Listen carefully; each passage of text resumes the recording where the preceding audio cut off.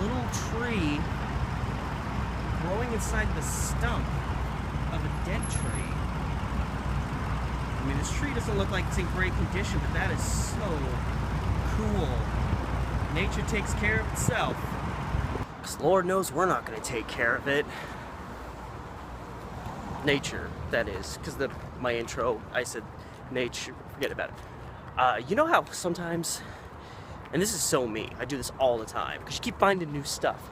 And now you go to a spot, you're like, oh, this cool thing happened, you do a vlog there, and then you leave, then like 2 weeks later you find out something else happened, like right in that same area. You know, it's like a block down this way, or it's a block down that way or something. Well, I just realized that just happened to me. Because once again, from a video I posted not too long ago, I am approaching the Tudor Arm Apartments, where I was just at a couple of weeks ago when I did my Bugsy Siegel video. And now, you know, again, usually you film a video on a spot and then you realize, oh, there was something right down the street, or there was something right down that way. You know, right around the corner. Well, in the case of today's video, what I'm going to talk about is what was literally right here before the Tudor Arms was. Now, the Tudor Arms Apartments were built about 100 years ago, which, you know, the time fits perfectly well because in 1916, what was here before then was torn down. And what stood here before the Tudor Arms was the mansion home that belonged to George Henry Williams and his wife Kate Ann. Now, who was George Williams? George Williams was an Oregon senator. He was, I believe he was the head of, brain dead, Supreme Court Justice of Oregon.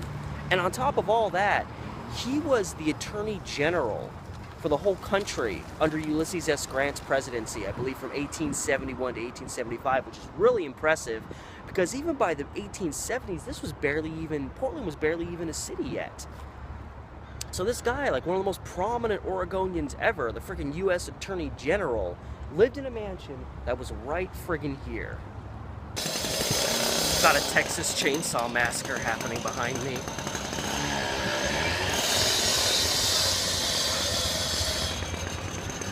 Okay, so we got the Tudor Arms behind me. Again, this is where George Williams' mansion home was. Well, these people were so lit for their time, they built an annex home behind it, which is still here.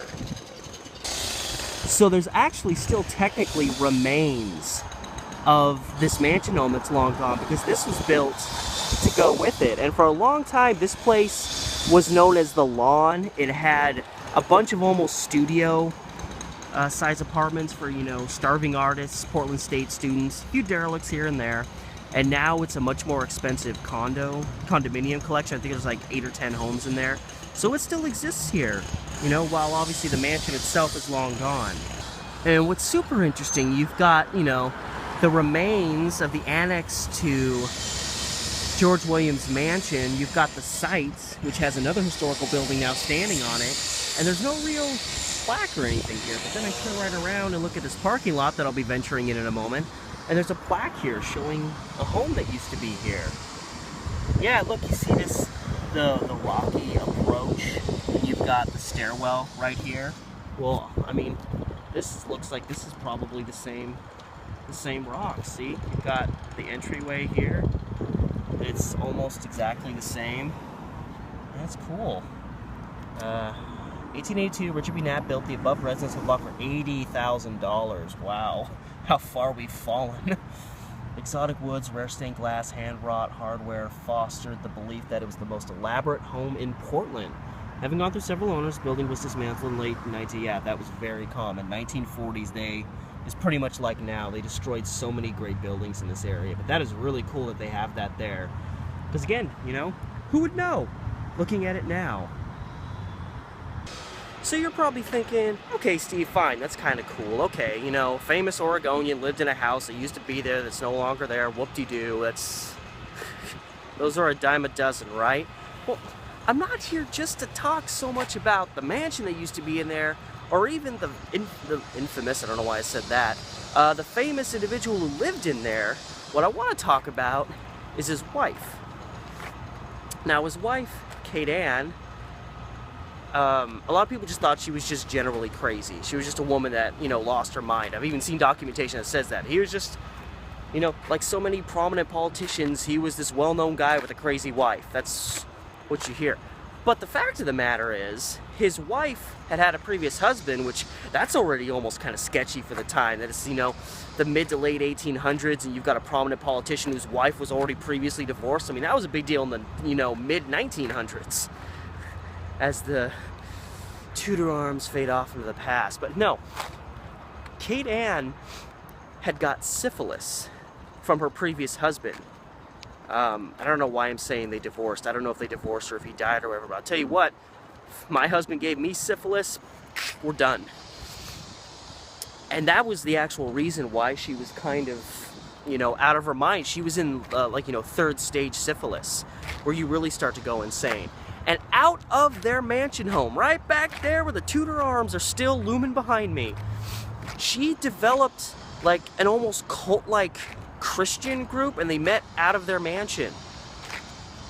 And, it was very, very strict. It was like, give up all your possessions. You don't sin whatsoever. I don't care how tempting it is or how necessary you feel it is or whatever. But the biggest thing that she was into was fasting.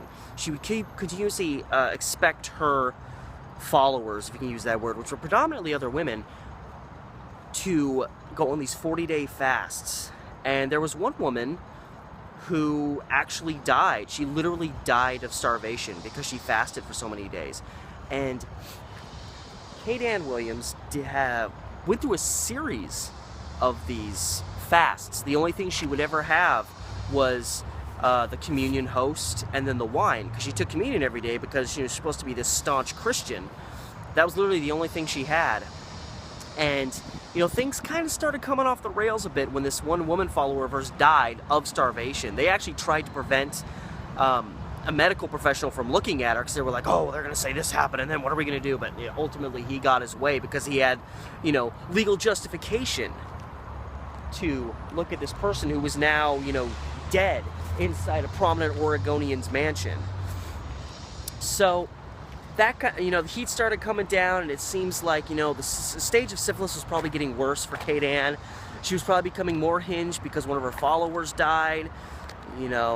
Prominent family, there was probably a lot of critique of them in the area at that time. And she went on, like, pretty much an unending fast that lasted 110 days before she herself passed away of starvation. Just like the other, she just didn't feed herself, and she ended up dying as a result of that, right in the Tudor arms.